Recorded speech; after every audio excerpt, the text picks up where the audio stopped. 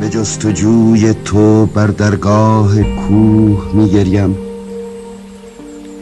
در آستانه دریا و علف.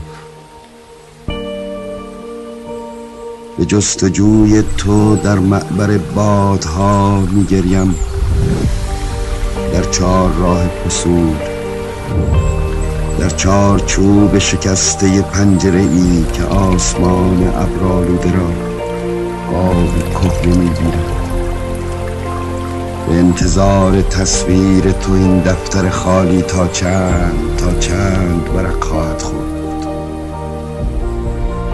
جریان باد را پذیرفتن و عشق را که خواهر مرگ است و جاودانگی رازش را با تو در میان نهاد.